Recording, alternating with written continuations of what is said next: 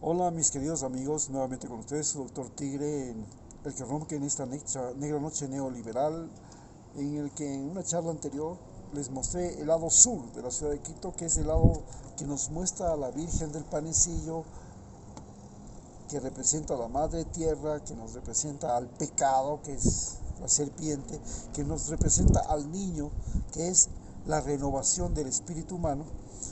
Mientras que ahora estamos enfocando aquí al norte opulento, donde ustedes ven toda la construcción, toda la arquitectura, todo el urbanismo, todo el desarrollo de tecnología que es hacia donde, que es como se desarrolla el norte de la capital. Hacia el sur se desarrolla en la capital el lado humano de la ciudad y hacia el norte de la ciudad se desarrolla el lado comercial e industrial, el lado inhumano de la sociedad.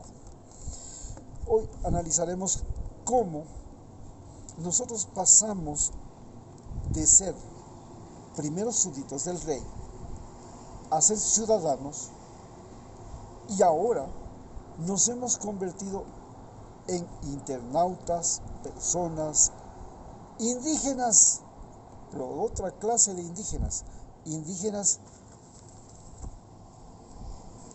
latinoamericanos, que no es lo mismo que ser indígenas de otra parte, y finalmente en emigrantes. ¿Cómo nos convertimos en emigrantes? Ahora América Latina es el territorio de los emigrantes.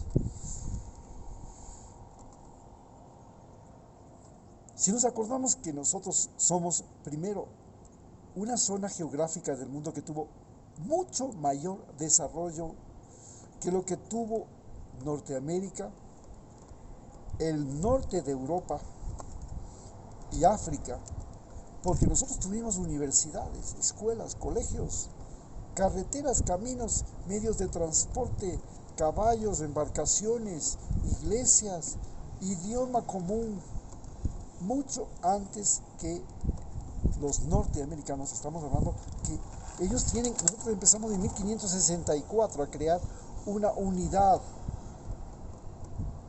sociopolítica del mundo en base al Imperio Español, donde el Imperio Español utiliza el español, la religión, la navegación, el caballo, la pólvora, el metal, la escritura, la educación. Empieza a estudiar, a educar, a usar la educación para crear una masa humana homogénea llamada mestizos, y esta masa humana homogénea es la mayor masa humana homogénea que existió antes de que China e India se convirtieran en los espacios más poblados del mundo, y al igual que Europa y al igual que Norteamérica. En algún momento, antes de que llegue el siglo XX, América Latina era el espacio geográfico donde existía la mayor masa humana uniforme, por la religión, por la raza, por todo. Y esta uniformidad incluía absorber a africanos traídos como esclavos, indígenas nativos que se incorporaban y tenían como lengua franca el español o el portugués, y como medio de convocatoria las religiones católicas, la religión católica. Pero ¿cómo nosotros hoy nos convertimos, pasamos después de ser súbditos del rey, de los reyes de los imperios europeos, pasamos a ser ciudadanos? Y fuimos la mayor zona geográfica del mundo donde existían ciudadanos. Por supuesto, los ciudadanos empezaron en Grecia, después pasaron a Francia, donde la Revolución Francesa crea el concepto de ciudadano, y luego viene la Revolución Norteamericana, donde los ciudadanos se convierten por primera vez en poder político. Porque si bien la Revolución Francesa destronó al rey, no lo convirtió al ciudadano en poder político. Viene enseguida Napoleón, luego el hijo de Napoleón, se coronaron reyes, tuvo que venir la Primera y la Segunda Guerra Mundial prácticamente para acabar con lo que se llamaban los súbditos de los reinos europeos. En cambio, Norteamérica, el continente americano, empezó desde 1776 con Estados Unidos este proceso de crear un gran espacio geográfico en el planeta donde los seres humanos se convierten en ciudadanos. Pero, ¿qué diferencia existe entre ser ciudadano y ser súbdito del rey? Pues súbdito del rey es el individuo que tiene que aceptar que el rey le ponga un ejército, leyes, autoridades como mecanismo de control social. En cambio, el ciudadano es el individuo que, entre comillas, puede elegir, pero aparece aquí el problema: puede elegir mediante un sistema que se llama democrático. ¿Qué es democracia? Democracia es demos pueblo, kratos poder. Es el sistema mediante el cual los habitantes de los pueblos se convierten en poder político. Pero en el mundo no existían solo habitantes de los pueblos, también habían indígenas, habían habitantes de las selvas, habitantes de las montañas, habían pescadores, habían navegantes, habían agricultores, gente que no estaba integrada a la vida pueblerina, a la vida del pueblo, y ellos no tenían derecho a votar. Además, los habitantes del pueblo eran solamente aquellos que no eran esclavos.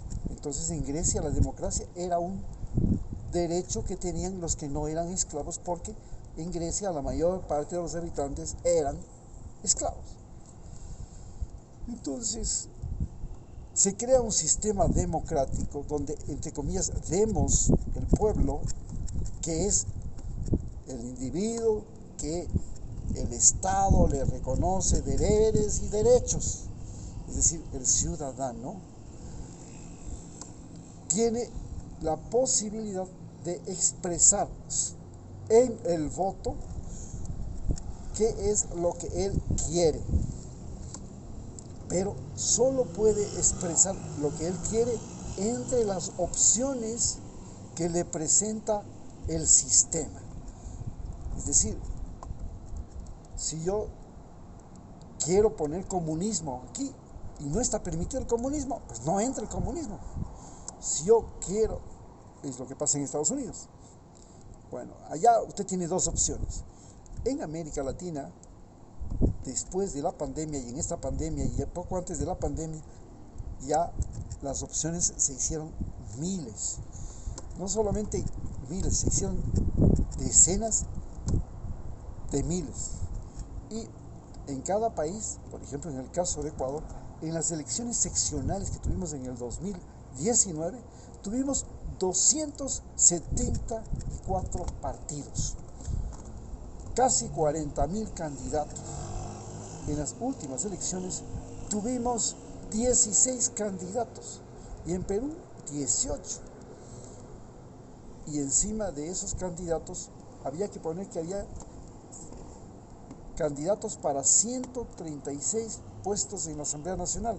En cambio en Perú para 130 puestos en el Congreso de la República. Multiplique usted 18 por 130 y dígame cuántos candidatos hay. Vea cuántos candidatos hay para ser senador o diputado o sea, congresista en los Estados Unidos. Resulta que hay menos en un país que tiene mucha más población y mucho más territorio que lo que existe en Ecuador. ¿Qué diablos pasó? Bueno, estamos viviendo la transformación de este sistema denominado democrático a un nuevo sistema, donde ya los ciudadanos no son los dueños del poder, entre comillas, los que deciden el poder, los que ya no son, como dice el dicho, ¿qué es democracia? Es el gobierno del pueblo, para el pueblo y para el pueblo. No, eso se acabó, porque no existen solamente los ciudadanos, existen también los internautas. ¿Qué diferencia hay entre un ciudadano y un internauta? Bueno, el internauta es un individuo que tiene dos vidas. Una vida es una vida real, ¿sí? La vida real es como ciudadano, y la otra es la vida virtual. ¿Cómo es la vida virtual? Es cuando el individuo ya vive para otras cosas, como por ejemplo, puede guardar sus imágenes, sus recuerdos, sus memorias, sus conexiones, sus familias, sus amigos, sus relaciones, todo en la nube, en la internet. Y puede él morirse, que eso seguirá viviendo. Tiene una vida real y una vida virtual. Él en la internet nunca muere, en la vida real sí. Y este nuevo ser humano, que además anda con celular para todo lado, que piensa con el celular, que habla con el celular, que comercia con el celular, que duerme con el celular, que respira con el celular, que se casa por el celular, que vigila a los hijos, que vigila el negocio por medio del celular. Este señor se llama internauta. Y este es un nuevo tipo de ser humano. Ya no es el individuo que simplemente iba a votar y que, recordemos, no podía votar cuando no tenía buena educación, no podía votar cuando era mujer, no podía votar cuando era negro, no podía votar cuando era indio. Ahora el internauta no tiene nada, no importa la raza, el color, el sexo, inclusive la edad, el género, todo. A este ciudadano internauta, que es ahora el nuevo habitante del planeta Tierra y el nuevo mayor habitante, número de habitantes de los países latinoamericanos, le sigue un nuevo individuo. Este nuevo individuo es la persona, ya no es el ciudadano. ¿Qué es la persona? La persona es un individuo que tiene conciencia de ser diferente. Mientras el ciudadano es un individuo que tiene conciencia de ser igual, es decir, el mismo no nacional, el mismo equipo de fútbol, el mismo idioma, la misma religión, la misma ley, las mismas costumbres, la misma espacio geográfico. La persona es un individuo completamente diferente. ¿Por qué? Porque él tiene conciencia de que es individuo, es decir, que tiene otra manera de pensar, que tiene otros gustos, que puede vivir aquí o allá, no importa. Para él las fronteras son un obstáculo, no son algo que le protege, es algo que le molesta, que le impide. Es un individuo que puede adaptarse a otra sociedad, que aprende otro idioma, que aprende otra cultura, que vive en cualquier parte del mundo, que puede adaptarse a otro mundo, que es un individuo que tiene la capacidad de saber cuáles y reconocer cuáles son sus virtudes y cuáles son sus defectos, porque antes el ciudadano era un individuo que sus virtudes, sus defectos eran reconocidos por el profesor, por el gobierno, por la sociedad. Hoy él reconoce en sí mismo sus virtudes. Soy un inventor, soy un pintor, soy cantante, soy mujeriego, soy bohemio, soy navegante, soy pirata, soy narcotraficante, cualquier cosa. Él se siente un individuo único.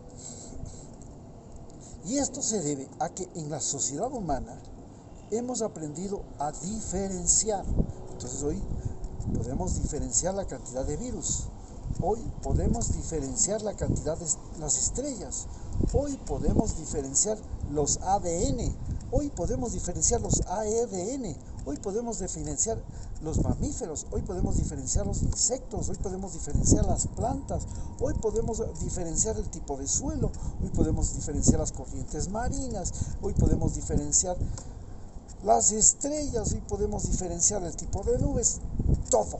Esta capacidad de poder diferenciar una cosa de otra, que es una cosa particular de la sociedad del conocimiento, es la que a su vez nos permite a nosotros diferenciarnos, tener identidad propia, ser personas. Y además estas personas tienen una cosa que no tenían los habitantes de los siglos anteriores, que es la capacidad y, por sobre todo, el entrenamiento diario, cotidiano, minuto a minuto, de decidir por sí mismo en todo.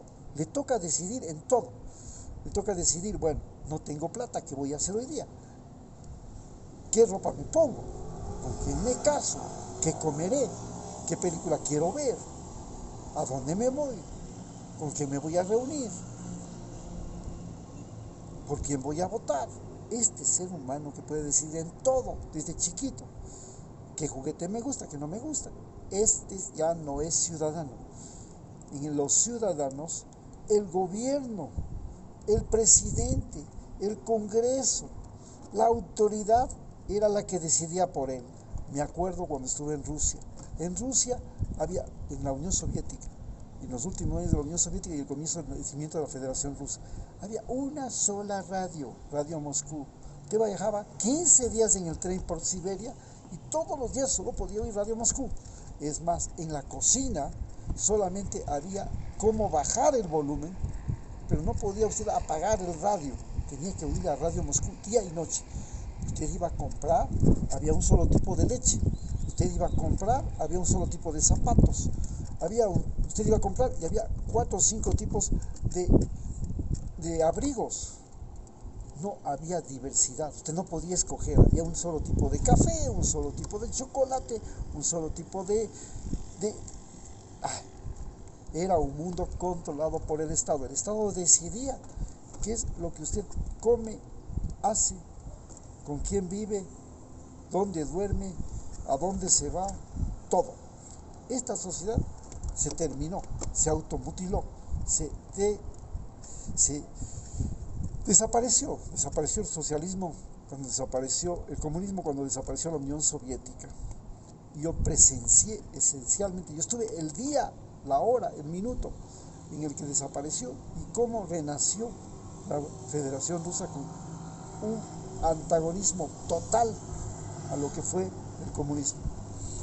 Ahí los seres humanos querían y deseaban ser mafiosos, hacer negocios.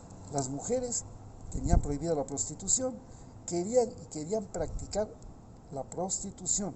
Gracias a eso, la mafia rusa pudo convertirse en el mayor productor de pornografía del mundo.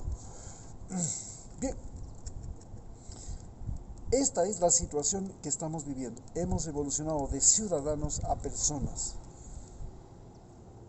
Y el gobierno de Ecuador ahora ya no tiene que controlar ciudadanos, ahora tiene que controlar personas y eso es mucho más difícil. Y el gobierno norteamericano también ya no tiene que controlar a ciudadanos latinoamericanos, ahora tiene que controlar a personas latinoamericanas. Y este es el gran problema que tiene tanto el gobierno ecuatoriano como el gobierno norteamericano. A su vez, nos hemos convertido en indígenas, nos identificamos con los indígenas. Comenzamos a darle valor a su lenguaje, a su cultura, a sus habilidades, a su territorio, a su dignidad, a su apariencia física, algo que durante 500 años fue despreciado. Se consideraba que las religiones indígenas eran idolatrías, se consideraba que las lenguas indígenas eran insulto. El que hablaba en lengua indígena era castigado. Se consideraba que la raza indígena era inferior. No te podías cruzar con un indio, Dios mío, peor con un negro. Y luego se consideraba que todos los seres humanos que no eran similares a los europeos, que no eran similares a los norteamericanos, eran seres humanos de segunda, tercera y cuarta categoría. Entonces, ya en la colonia, el blanco chapetón era más importante que el criollo era más importante que el indio, que el mestizo era más importante que el indio era más importante que el negro, y el negro era más importante que el mulato, que ya era lo último. Entonces, a esta situación hemos evolucionado y nos hemos transformado, y ahora cada ser humano es un individuo que se identifica, que se valora, porque en su país todavía se conserva una lengua, porque en su país hay ciertos alimentos, porque en su país hay ciertas plantas medicinales, porque en su país hay cierta cultura aborigen, porque en su país hay otro tipo de música, porque en su país hay otro tipo de baile, y esta identidad de cada individuo se fundamenta en el reconocimiento de lo que fue antes despreciado, ser indígena. Nuevamente pasamos ahora a ser migrante. Nos hemos convertido en emigrantes. Los emigrantes, durante todos los siglos anteriores a este siglo XXI, eran los individuos que llegaban afortunados a los otros continentes, dominaban, tenían tierras, tenían poder, o llegaban en calidad de esclavos, como los negros africanos, o llegaban en calidad de trabajadores por malos salarios, como los asiáticos que llegaron a construir la línea del tren. Pero en este momento, los emigrantes, que comenzaron primero como turistas, luego pasaron a ser como voluntarios, luego pasaron a ser como empleados y trabajadores, mano de obra barata, después, como por ejemplo los cañaris y los indígenas latinoamericanos que fueron a trabajar en Estados Unidos durante la guerra de Vietnam, y luego se han convertido en sicarios de los ejércitos norteamericanos porque les sale más barato contratar personas de África, de América Latina para sus ejércitos que tener soldados norteamericanos, que se han convertido ahora en personas que van a trabajar como mano de obra calificada barata. O sea, somos parte de lo denominado robo del talento humano. Países que tenemos años tratando de mantener la salud, las condiciones de vida, la educación y todo de su población, pero cuando ya terminamos de formarles, resulta que nos han dicho que el futuro es tener esta carrera, esta otra carrera, porque para allá va el mundo. Y resulta que esa carrera no es la que necesita el país, porque la que necesita realmente esa carrera y esa profesión es el país, que a su vez hizo que nosotros formáramos a nuestra población para trabajar, no en nuestros países, sino para trabajar en esos países como talento humano barato. No les costó formarlo, no les costó educarlo, y todavía más lo pagan mal. Son malos asalariados en esos países. Esto ha generado la ola migratoria. La ola migratoria se produce porque América Latina ha sido sobreexplotada en sus recursos naturales, ha sido sobreexplotada en su materia prima, y finalmente ahora los países latinoamericanos son infiernillos donde no se puede vivir, donde hay malos gobernantes, donde los ladrones de cuello blanco se han apropiado de todo. Ya no solamente son las transnacionales, ahora los gobernantes, los políticos se han convertido en los principales parásitos de sus propios países, y eso ha generado esta ola migratoria. Muchas gracias.